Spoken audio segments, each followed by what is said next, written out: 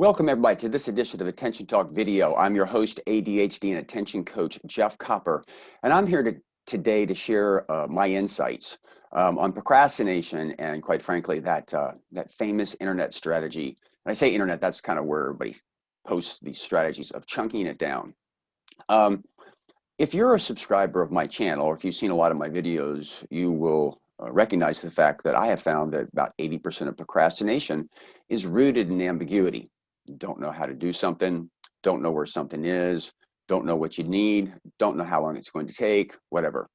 I emphasize that because all too often we reflexively jump past the analysis part and jump to a conclusion and label ourselves a procrastinator, which is a very shaming type thing. It doesn't really do anything to solve the problem. The issue really is the ambiguity.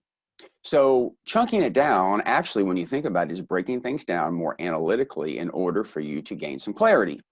And for sometimes it works, but sometimes it doesn't. So the question is why? If you watch my channel, you'll also know that I've talked a lot about working memory. I did an interview with Dr. Russell Barkley on my sister station, Attention Talk Radio, with Dr. Russell Barkley on working memory. If you'd like to check it out, just go Google Attention Talk Radio GPS. And I have found that working memory is the elephant in the room. It has a lot to do with your focus issues. Basically, if it's too taxing on your working memory, it's a burden and you escape. It looks like a focus issue, and it is really, but you're not really solving for the problem. It's really solving for working memory. So let me explain this.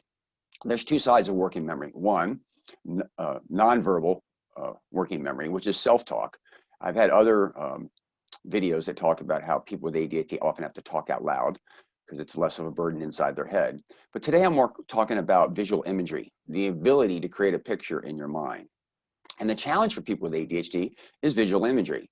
And if you're going to sit down by yourself and chunk down a task, you actually got to use your working memory to think through the steps and what you need to do in order for that to happen. And your working memory is a bit challenged. And so it's hard for you. Now notice is that if you're in a group of people and you're talking out loud and there's some give and take, often that chunking down process is made much easier because you're interacting with somebody. So the insight or the aha here is, I'm a big advocate. Yes, chunking down is a way to remove ambiguity.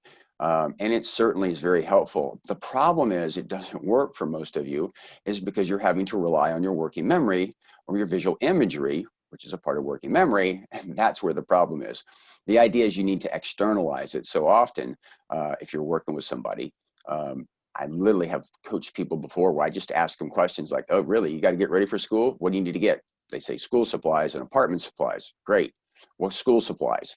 And they, da-da-da-da. Anything else? Da-da-da-da. Anything else? Da-da-da-da. Okay, great. What do you need to get for the apartment? This. Really? Anything else?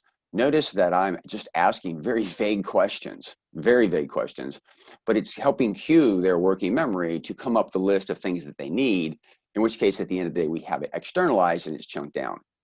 Anyway, I'm sharing this with you because this is the part that's really not talked about very much. And I hope it gives you some insight on chunking down. Yes, in theory, the process addresses ambiguity, which I explain is the root, but all too often people go off on their own to chunk it down, and now they're relying on their working memory or visual imagery to chunk it down, which is the problem, which is why it doesn't work and you escape and go watch Netflix or play Xbox. The trick really is to externalize, maybe do it with somebody. I hope this is giving you some insight, kind of what's really going on out there.